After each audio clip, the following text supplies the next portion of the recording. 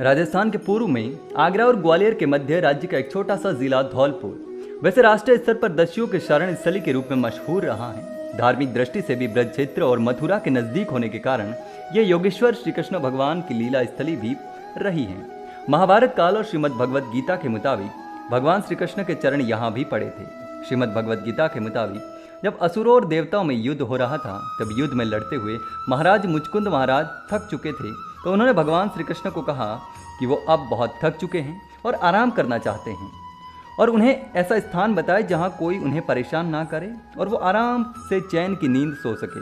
तब भगवान इंद्र ने उन्हें धौलागढ़ धौलपुर के पर्वत श्रृंखला में ये गुफा बताई कि तुम वहाँ जाकर आराम कर सकते हो।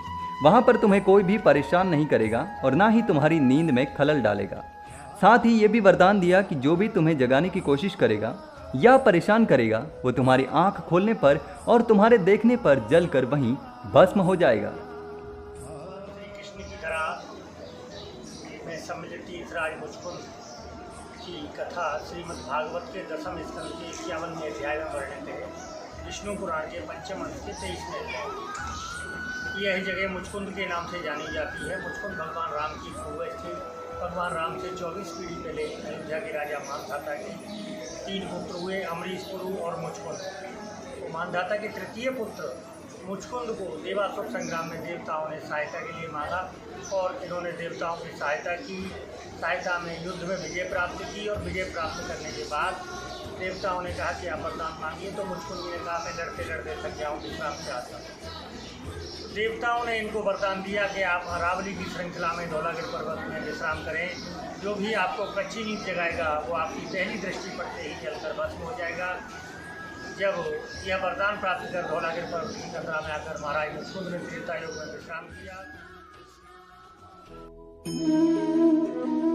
उस समय ब्रज क्षेत्र में एक राक्षस काल्यवन के अत्याचारों से मथुरा नगरी भयभीत थी, जिसके चलते ब्रज क्षेत्र के लोगों ने रक्षा के लिए भगवान श्री कृष्ण से सुरक्षा की गुहार लगाई। जिसके बाद भगवान श्री कृष्ण ने काल्यवन राक्षस को युद्ध के लिए ललकारा और दोनों के बीच कई दिनों तक भीषण युद्ध चलता रहा, लेकिन युद्ध में भगवान श्री कृष्ण उसे हरा नहीं पाए और काल्यवन राक्षस भगवान श्री कृष्ण पर भारी पड़ने लगा। जिसके चलते कुछ सोचकर भगवान श्री कृष्ण ने मैदान छोड़ दिया और भाग खड़े हुए, जिसके चलते रणभूमि को छोड़ने पर भगवान श्री कृष्ण का नाम रणछोड़ पड़ गया। भगवान श्री कृष्ण को महाराज मुचकुंद को दिया वरदान याद आ गया और काल्यवन राक्षस को ललकारते हुए भागे। आगे आगे श्री कृष्ण और पीछे पीछे काल्यवन राक्षस। श्री कृष्ण सीधे उसी गुफा में जा घुसे जिसमें महाराज मुचकुंद गहरी नींद में सोए हुए थे। सोए हुए मुचकुंद महाराज पर श्री कृष्ण ने अपना पीतांबर वस्त्र डाल उन्हें ढक दिया। जब काल्यवन राक्षस पीछा करते हुए उस गुफा में पहुंचा तो उसने श्री कृष्ण का पीतांबर वस्त्र देख बहुत ही क्रोधित हुए और कहा कि मेरे डर से रणछोड़ छलिए यहाँ आकर छुप कर सो गया है, और उसने चिर निद्रा में सोए मुचकुंद महाराज को लात मारकर जगा दिया। लात का प्रहार पड़ते ही जब मुचकुंद महाराज जागे तो उन्होंने काल्यवन की ओर गुस्से से देखा तो वरदान के मुताबिक देखते ही काल्यवन राक्षस वहीं भस्म हो गया। भगवान श्री कृष्ण का जब अवतार हुआ तो उन्होंने 11 वर्ष के कार्यकाल में कंस का वध किया। कंस की 2 पत्नी थी, अस्ति और प्राप्ति, जो कंस के मारे जाने के बाद अपने पिता जरासंध के यहाँ गई। जरासंध ने कंस का बदला लेने के उद्देश्य से 17 बार मथुरा पर आक्रमण किया और 17 बार युद्ध में पराजित होने के बाद उसने 18वीं बार आक्रमण से पहले एक समीक्षा बैठक बुलाई, जिसमें यह प्रस्ताव दिया कि कोई ऐसा उपाय बताएं जिससे हम श्री कृष्ण पर विजय प्राप्त कर सकें। उस समय काशी नरेश महाराज शल्य ने काल्यवन को सम्मिलित करने का सुझाव दिया कि यदि हम काल्यवन को अपने साथ मिला लें तो निश्चित विजय होगी। जरासंध ने पूछा कि काल्यवन में ऐसी क्या विशेषता है, तो वहाँ महाराज शल्य ने बताया कि काल्यवन में महर्षि गार्गी के पुत्र हैं, मिलेच्छ देश के राजा हैं और भगवान शंकर की तपस्या करके उन्होंने ये वरदान प्राप्त किया है कि जो भी मुझसे लड़ेगा उसकी आदि शक्ति मेरे में आ जाएगी। काल्यवन को ये वरदान था। तो 18वीं बार जरासंध के सेनापति के रूप में काल्यवन ने मथुरा पर आक्रमण किया। भगवान श्री कृष्ण ने जब ये देखा कि जरासंध और काल्यवन एक साथ आ रहे हैं तो द्वारकापुरी का निर्माण कराया, ब्रजवासियों को भेजा। इधर जब काल्यवन और जरासंध दोनों मथुरा पर भारी पड़े तो भगवान श्री कृष्ण ने काल्यवन से कहा कि आपको तो हम ही से युद्ध करना है। बोले हाँ महाराज। तो बोले मथुरा से बाहर चलते हैं। तो आगे आगे श्री कृष्ण, पीछे पीछे कालेवन। यहाँ से भगवान श्री कृष्ण का नाम रणछोड़ पड़ा। रणछोड़ नाम 2 जगह श्रीमद् भागवत में संबोधन है। या तो महाराज मुचकुंद से के पास आते समय कालेवन के आगे आगे आए, दूसरा रुक्मिणी हरण के समय भी भगवान श्री कृष्ण को रणछोड़ नाम से संबोधित रुक्म ने किया था, रुक्मिणी जी के भाई ने। ऐसे में यहाँ आकर भगवान श्री कृष्ण ने राजा मुचकुंद को सोते हुए देखकर अपना पीताम्बर कालेवन की नज़र बचाते हुए राजा मुचकुंद को उड़ा दिया। कालेवन ने उस कंदरा में आकर देखा कि भगवान कृष्ण मुझसे छुपकर सो रहे हैं। यह समझकर महाराज मुचकुंद को जगा दिया, जिससे कालेवन भस्म हो गया। वह पहाड़ी आज भी भस्म पहाड़ी के नाम से जानी जाती है। और उस गुफा में भगवान श्री कृष्ण ने चतुर्भुजी रूप में राजा मुचकुंद को दर्शन दिए। मुचकुंद जी ने भगवान श्री कृष्ण की बहुत सुंदर स्तुति की। विमोहितोयम जन इस माया करके 13 श्लोकों में श्रीमद् भागवत में स्तुति की है, जो अलौकिक स्तुति है। ऐसे में भगवान श्री कृष्ण से प्रार्थना करने के बाद में एक किंवदंती के अनुसार भगवान कृष्ण से प्रार्थना की महाराज मुचकुंद ने कि महाराज मैंने पहले भी देवासुर संग्राम में काफ़ी लोगों को मारा, जागते जागते एक और कल्याण करवा दिया, इसका प्रायश्चित बताएं। तो राजा मुचकुंद को भगवान कृष्ण ने यज्ञ के लिए आदेशित किया। तीर्थराज प्रयाग और पुष्कर जी 2 को निमंत्रण देने स्वयं भगवान महाराज मुचकुंद गए। बाकी सभी को भगवान श्री कृष्ण ने बांसुरी वादन करके मुचकुंद पर बुलाया। आज भी वह चिन्ह भगवान श्री कृष्ण के यहाँ पर मौजूद हैं, जहाँ बांसुरी वादन करके भगवान श्री कृष्ण ने सभी देवी देवताओं को आमंत्रित किया था। और यहाँ पर पंचकुंडी यज्ञ हुई, जो सरोवर आज मुचकुंद के नाम से जाना जाता है। इसमें पंचकुंडी यज्ञ हुई। यहाँ यज्ञ कराने के बाद भगवान श्री कृष्ण द्वारकापुरी गए और महाराज मुचकुंद यहाँ से उत्तराखंड के माना गाँव के पास गुफा है, जहाँ महाराज मुचकुंद ने शरीर को छोड़ा। और गीता प्रेस में नरसिंह मेहता की जीवनी में ये प्रमाण है कि पिछले जन्म में मुचकुंद जी ने वहाँ शरीर को त्यागा। दूसरा जन्म उनका नरसिंह मेहता के रूप में गुजरात में हुआ, जो वहाँ भगवान श्री कृष्ण ने भात भर के और गुजरात का कल्याण किया। साथ में महाराज मुचकुंद का नरसिंह रूप में मोक्ष को प्राप्त हुए। ऐसी यहाँ की इतिहास गाथा यहाँ से गुजरात तक जुड़ी हुई है, क्योंकि भगवान श्री कृष्ण के चरण यहाँ भी पड़े और यहाँ से भगवान श्री कृष्ण भी गुजरात गए द्वारकापुरी के लिए। और उधर महाराज मुचकुंद भी शरीर त्याग कर दूसरा जन्म उन्होंने गुजरात में नरसिंह मेहता के रूप में लिया। जय श्री कृष्ण। आज भी यहाँ श्री कृष्ण के पद चिन्हों के निशान हैं और वो गुफा स्थित हैं जहाँ पर छल युद्ध श्री कृष्ण ने किया था और किसी हथियार से नहीं मरने वाले वरदान प्राप्त काल्यवान राक्षस का वध छल से करवाया था।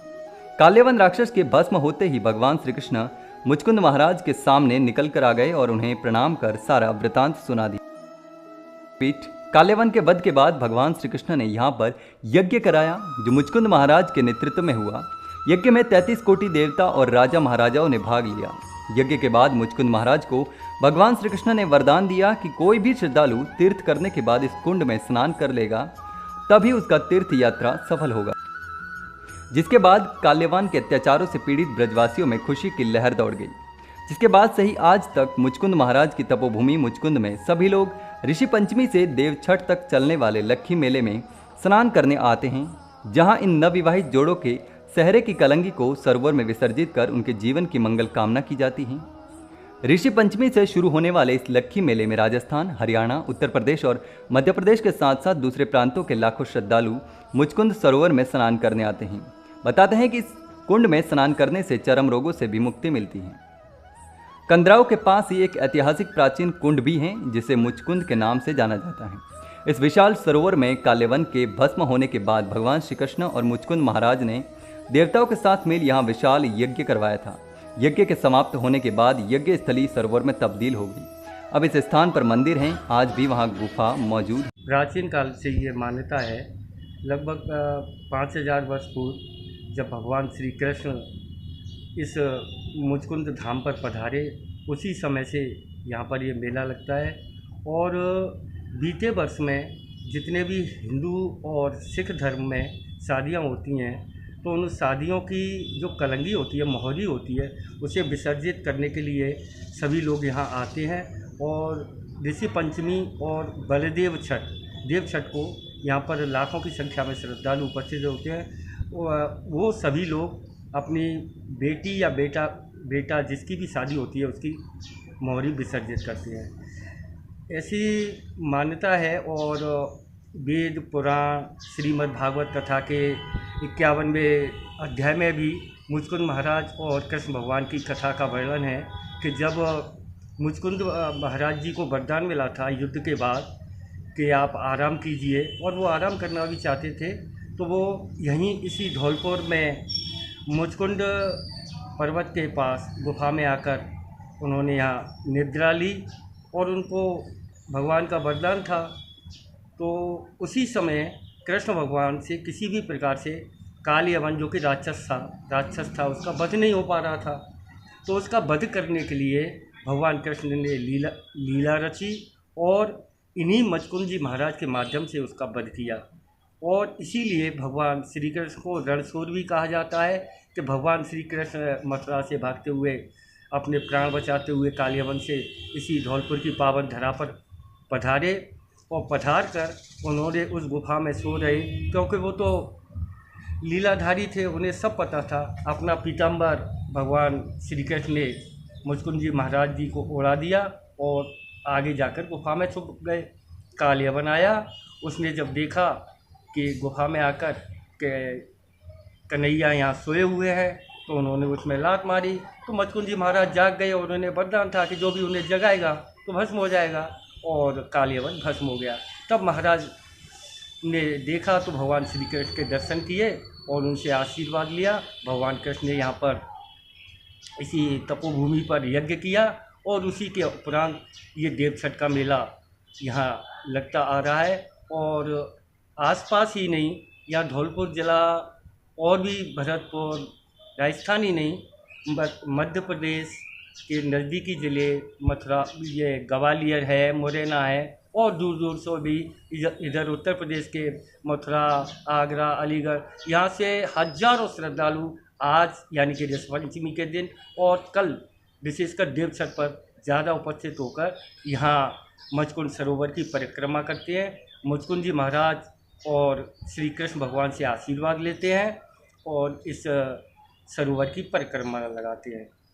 ये प्राचीन हमारे बुजुर्ग बताते हैं, और ये मान्यता भी है कि जो भी व्यक्ति सारे चारों धाम तीर्थ वगैरह करके आता है, तो आने के बाद यहाँ इस पवित्र सरोवर में डुबकी लगाने के बाद ही उसके सभी तीर्थों का पुण्य उसे प्राप्त होता है। तो ये एक मान्यता चली आ रही है, और ये कहा भी जाता है कि सभी तीर्थों का भांजा मुचकुंद सरोवर है, यानी कि मुचकुंद महाराज हैं। ये तो अपनी एक मान्यता है।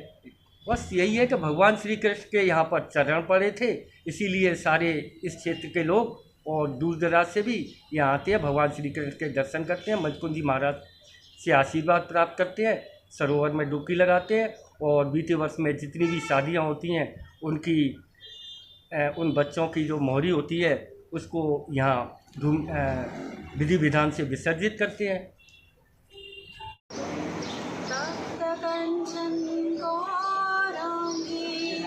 श्री राधे वृंदावनेश्वरी वृषभानुसुते देवी प्रणमामि हरि प्रिय प्रणमामि हरि प्रिय।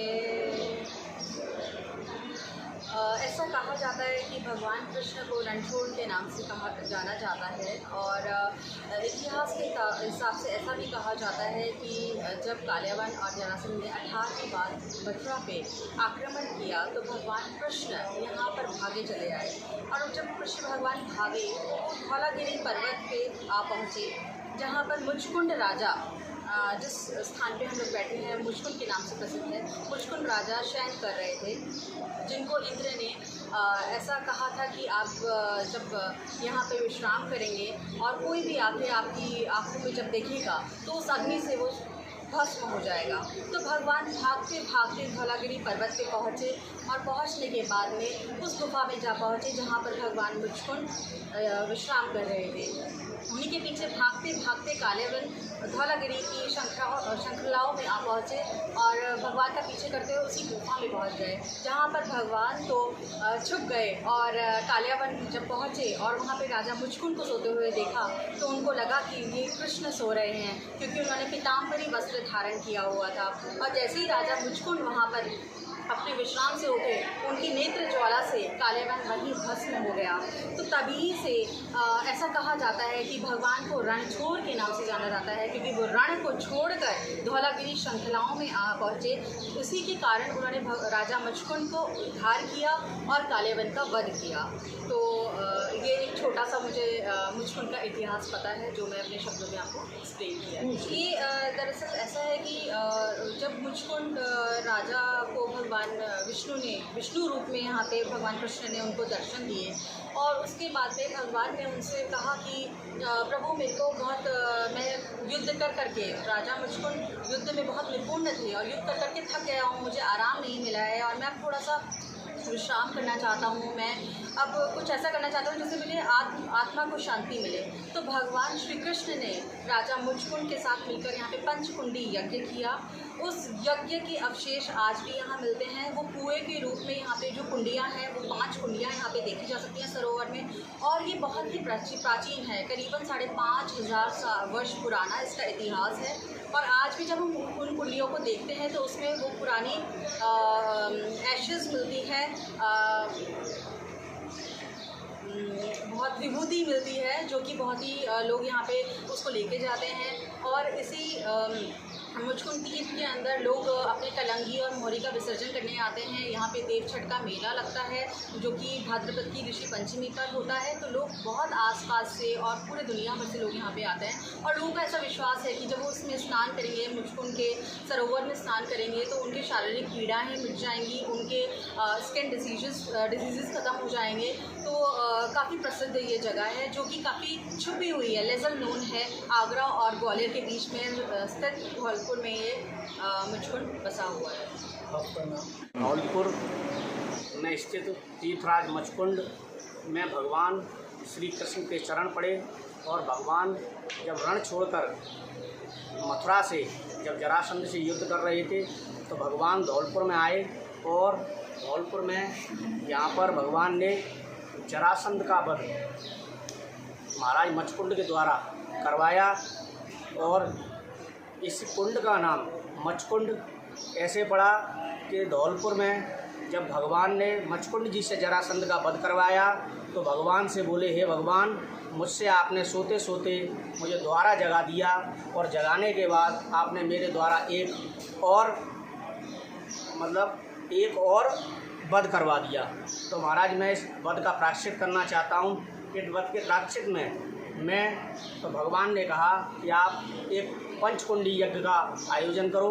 पंचकुंडी यज्ञ जो कि आज मुचकुंद सरोवर के नाम से धौलपुर में जाना जाता है। तो भगवान ने सभी बांसुरी वादन कर, चरण पहाड़ी के नाम से एक चरण पहाड़ी स्थान है यहाँ पर, तो चरण पहाड़ी पर भगवान ने बांसुरी वादन किया। तो सभी देवी देवताओं का आह्वान किया, जो कि इस कुंड के चारों तरफ बहुत मंदिर बने हुए हैं। जैसे जगन्नाथ जी का मंदिर है, मुख्य मंदिर श्री लाडली जगमोहन का है, श्री राधा दामोदर का है। ये कुंड के चारों तरफ सारे शिवलिंग हैं, ज्योतिर्लिंग हैं, यहाँ बहुत सारे मंदिर बने हुए हैं। और भगवान ने बांसुरी वादन किया, तो सभी देवी देवताओं को इस यज्ञ में बुलाया। तो यहाँ पंचकुंडी यज्ञ हुआ।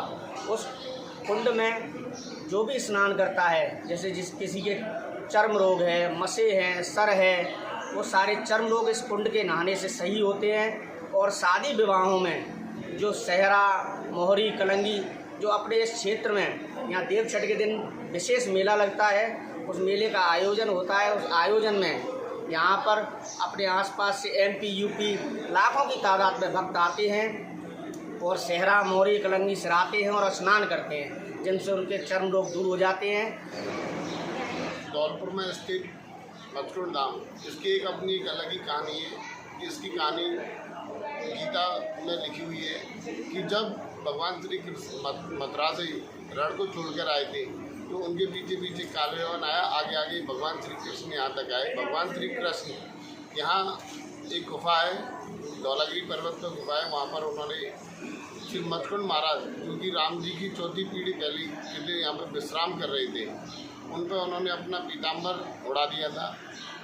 जब पीछे से कालियावन आया, उसने सोचा कि ये भगवान श्री कृष्ण यहाँ पर सो रहे हैं, तो उन्होंने उसको जगाया, चलिए खड़ा हो जा, मैं तेरे पीछे पीछे आया और तू यहाँ पर आराम कर रहा है। तो उन्होंने कच्ची नींद से जैसे ही मचकुंड महाराज को जगाया, मचकुंड महाराज को एक वरदान था जब उन्होंने देवताओं से युद्ध किया था।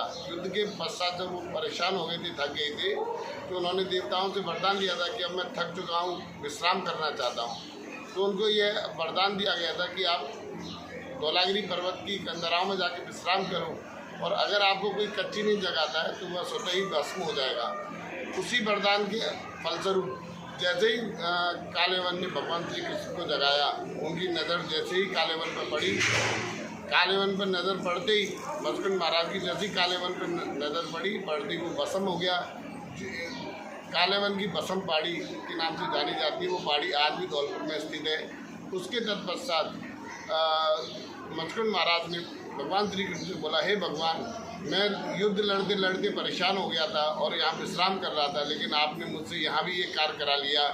आप कुछ ऐसा कीजिए कि मैं परेशान हो गया हूँ, मुझे अब मैं विश्राम करना चाहता हूँ। तो भगवान श्री कृष्ण ने मचकुंड महाराज से बोला, अब आप एक काम कीजिए, यहाँ पर एक यज्ञ कीजिए। उस यज्ञ के पश्चाताप के स्वरूप मचकुंड महाराज ने यहाँ पर यज्ञ किया, जो कि आज मचकुंड सरोवर के नाम से जाना जाता है। वहाँ मचकुंड सरोवर के अंदर 5 कुंडी बनी हुई हैं, 5 कुंडी यज्ञ हुआ था। यहाँ पर भगवान श्री कृष्ण ने अपने बांसुरी वादन के द्वारा सभी देवी देवताओं का आह्वान किया था और सभी देवी देवता यहाँ पर आए थे। मचकुंड जो सरोवर है उसके भगवान श्री कृष्ण के आने की वजह से, पचकुंडी यज्ञ की वजह से यहाँ पर जो चर्म रोग होते हैं, कान से सर्प निकलती है, वो सब मचकुंड के सरोवर में नहाने से सभी रोग दूर होते हैं। ऐसा भी कहा जाता है कि यह जो मचकुंड है ये तीर्थों का भांजा कहा जाता है। उसके भी पीछे कारण है, क्योंकि यहाँ पर चंद्रवंशी और सूर्यवंशी दोनों का उसके वजह से हुआ है, इसलिए इसको मचकुंड महाराज को यहाँ का तीर्थों का भांजा भी कहा जाता है। जय श्री राम।